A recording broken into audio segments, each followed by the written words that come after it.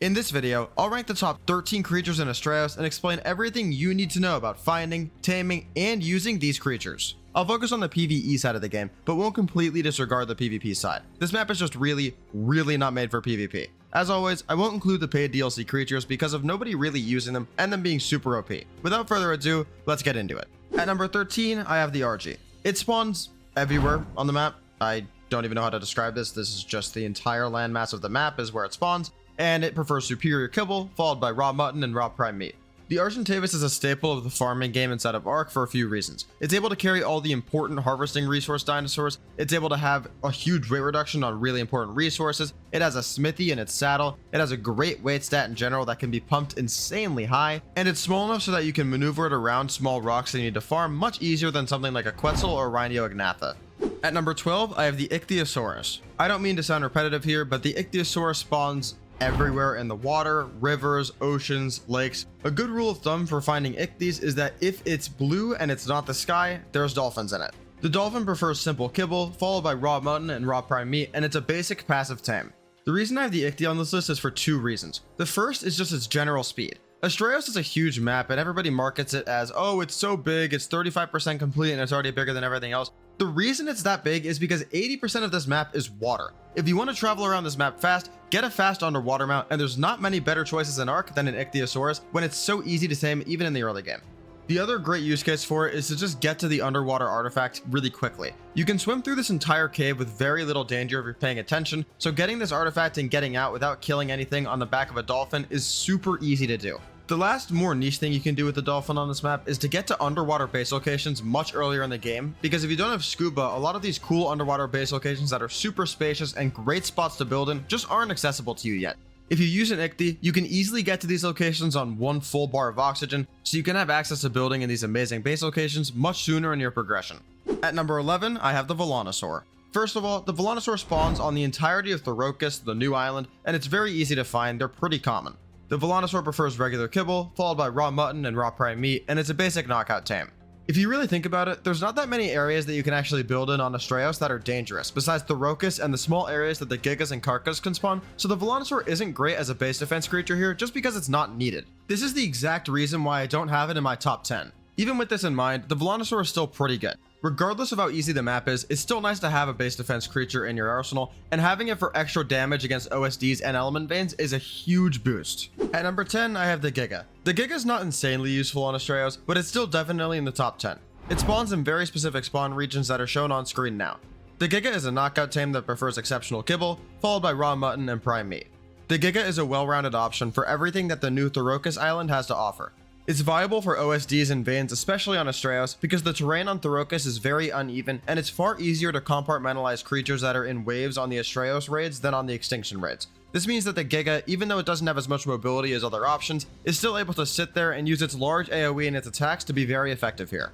The Giga is also a great choice for farming the astral creatures, so it can farm loot drops from the two best sources on this map very effectively. I'll go into more detail on the astral creatures later in the week in my tips and tricks video, but they're basically slightly stronger alpha creatures with way better drops. Due to its insane base stats and power output, the Giganotosaurus is a great choice for farming blueprints on Astraeos, but not quite the best. At number 9, I have the Baryonyx.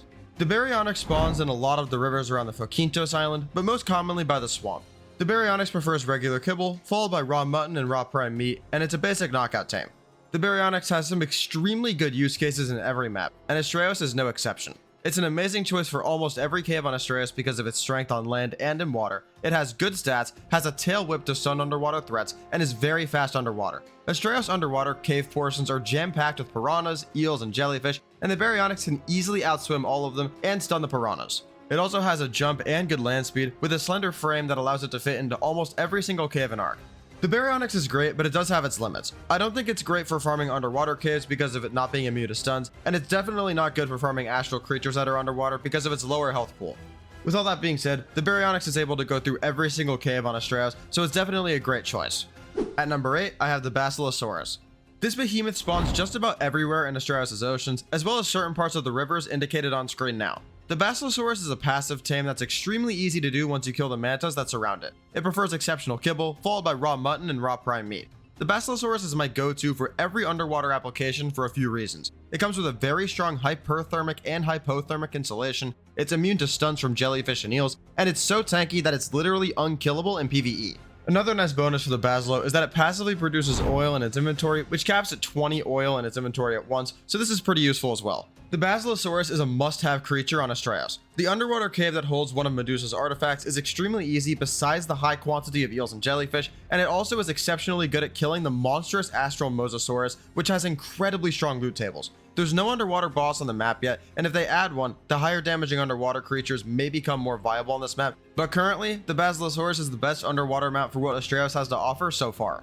At number 7, I have the Thylacoleo. The Thyla spawns in these circled mountain regions on the Corinthos island, and it's a basic knockout tame that prefers extraordinary kibble, followed by cooked lamb chops and cooked prime meat. It has a fast torpor drop and can dismount you by jumping you, so be careful when you're going for it in the wild. It's a top tier caving choice for Astraeos for a few reasons. It's able to actually fit into caves, it has a very good HP pool, and it's very maneuverable because you can jump really high on it, it's fast, and it can climb walls. The Thyla is also a really good choice for killing the astral creatures because of the bleed they inflict on their targets and their high base stats. The Thyla inflicts bleed on every target in the game besides bosses, and in my personal opinion, if the Thyla was able to inflict bleed onto bosses like the Deinonychus can, it would be a top 5 creature in the game. It's also by far one of the most fun creatures in Ark to use, so that's always a plus. It's a strong mount on any map, but most of Astraeos' caves are built in a way that the Thyla can thrive, and the added importance of killing alpha creatures in the mid-game makes this giant cat an absolute must-tame. At number 6, I have the Megatherium. The Megatherium spawns all over the Fokintos island, and is a must-have on this map in my opinion. The Megatherium's preferred food is superior kibble, followed by giant bee honey, raw mutton, and raw prime meat. The most obvious use case for the giant sloth on this map is the Medusa boss fight, as its rage buff from killing the Araneos that spawn make them ridiculously strong. The Dinosuchus is the only creature on this map that is arguably as good as a buffed Megatherium for the Medusa boss fight, but I personally prefer using the Megatheriums for one reason: bats. The Onyx that spawn during this fight are absurdly obnoxious, and the Dinosuchus army simply doesn't deal with these things. They're simply too short to ever hit them, so if you're sitting back on a Uranus, good luck having 10 seconds to get roars off before getting infected with Mega Rabies. I also love using the Megatherium for chitin and cementing paste farming on Astraeos, because from my personal experience of playing this map, it's really efficient to farm chitin for cementing paste with the Megatherium in some of the bigger caves. The more spread out spawns and bigger caves on Astraeos make the Bezel Bufo a little less efficient than it usually is for this task, so they're at about the same level in terms of farming, and I prefer using a Megatherium just because it's a lot stronger. At number 5, I have the Karka. The Karka is truly the apex predator of Astraeos. It spawns in the exact same areas as the Giga does, and you have to tame it by dragging corpses to the Karka, gaining trust, and going on a meat run every once in a while with the surrounding area to raise the taming meter. Once you've completed this process and gotten yourself a Karka, you can celebrate by heading straight to Thorokis, where you can dominate OSDs and veins with super unoptimized Karkas. What I mean by unoptimized in terms of the Karka is that you don't have to do 100 mutations for these to get them to finish the OSDs and the veins. They're literally built for these two things, and they're super strong for them. So you could just tame some pretty strong ones, breed them once or twice and get the imprint, and they're good to go. With other creatures like Gigas or Rexes or whatever else you would tackle these OSDs with, you would need to put more effort into mutations, make sure you have multiple people or a very advanced strategy, or just simply get a little bit lucky. With the Karkas, they're just a lot easier, more consistent, and they don't require as much effort after you have them. These two world events on Thorokis are by far the best ways to get drops and element respectively on this map, so the Karka is completely deserving of this top 5 spot. What makes the Karka so devastatingly strong is its blood rage that charges up. As the Karka kills more creatures in a short time period, it will gain increased stacks on its ability that buff it in various ways. At the max stack count of 100, the Karka will deal 175% more damage than it does at its base level, and at this high of a range, it does even more damage than the Giga. It also gets a 10-second buff of movement speed, as well as a temporary stun immunity after every individual kill. It's better for defenses because its speed lets it cover ground way faster, and it's more maneuverable so these lightning creatures can't slip through the cracks as easily. It's also smaller than something like a Giga, so you can fit more of them into these defense areas. The Karka is also a decent choice for killing the astral creatures, but it's not quite as good as the Giga in that regard just because it doesn't have time to build up that blood rage that makes it actually stronger than Gigas are. The only reason I don't have the Karka higher on the list is because it's incapable of entering boss arenas, and its use case, while important, can be substituted with a Giga and work just fine. At number 4, I have the Uranus. The Uranus is very common on the Fokintos island. On screen you can see where all of the spawn locations are for it now. It prefers extraordinary kibble, followed by raw mutton and raw prime meat, and it's a basic knockout tame. The Uranus simply is a must-have for boss fights on this map. It's actually more important on this map than it is on any other map in the game. This is because the two bosses on Astraeos and the ones that are soon to come are insanely tanky, and you need to melt through it in a certain time constraint. The Uranus roars buff your creatures by a percentage, and when they're already insanely strong, this roar is a massive difference. The other perk for the Uranus is that it can deal with the bats from the Medusa spawns way easier than other things that you're riding on. For example, if you're on a Dinos, you'll just get hit by the bats when you're on the back of the creature, and it's extremely annoying. If you're on the back of a Uranus, you can easily dispose of these bats while roaring for your army. At number 3, I have the Wyverns, and specifically the Lightning Wyvern is the best. I'm grouping all the Wyverns in one just because they all serve similar use cases on this map, especially in the PvE side of the game. The Lightning Wyvern is definitely the best for PvE, but they're all good. The Wyvern Trench on this map is located just off the Fokintos Island near the swamp, and it functions just the same as every other trench in the game. You need to go in, steal an egg, and get out without dying. To raise the Wyvern babies, you simply either need to use a Daedon to raise it, or you can just go over to the island, knock out a female, and grab Wyvern milk from one of the female Wyverns once you knock it out.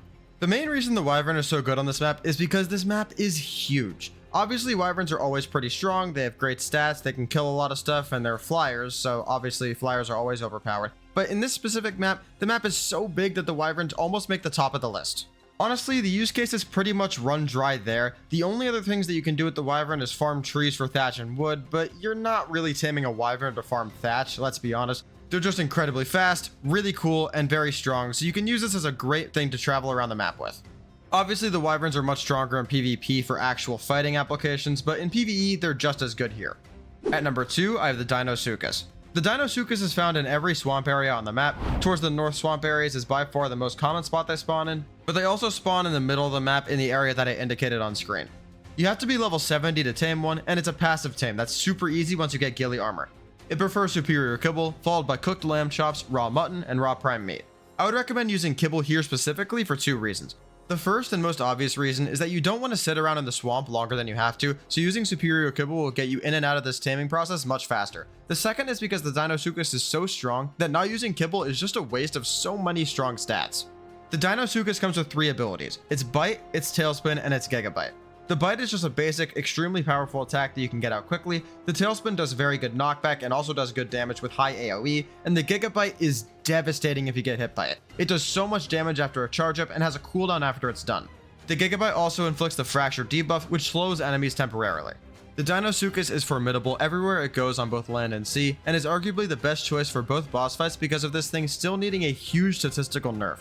It's undoubtedly the best option for the Ogre boss fight, as the sheer power that it has is all that you need to beat this boss with ease, and it's a great choice for Medusa as well if you're prepared to deal with the bats in another way. It's great for underwater exploration, killing astral creatures, and being a massively powerful threat wherever you go. It's slow on land and not super fast in the water, so it's not the best option for everything in the game, but even the 1 million HP bosses fear this crocodile. At number 1, I have the Meguana, and I don't think I'm overrating this just because it's new.